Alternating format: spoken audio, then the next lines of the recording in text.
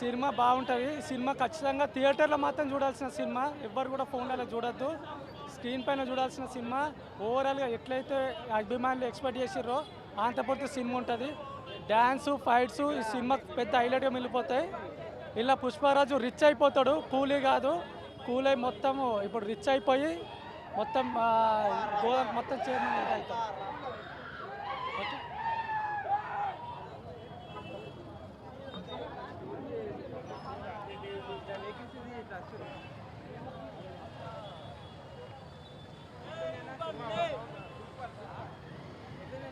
వస్తుందన్న కిరాక్.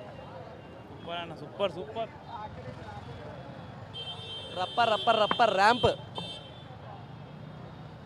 పక్కా 2000 క్రోర్స్.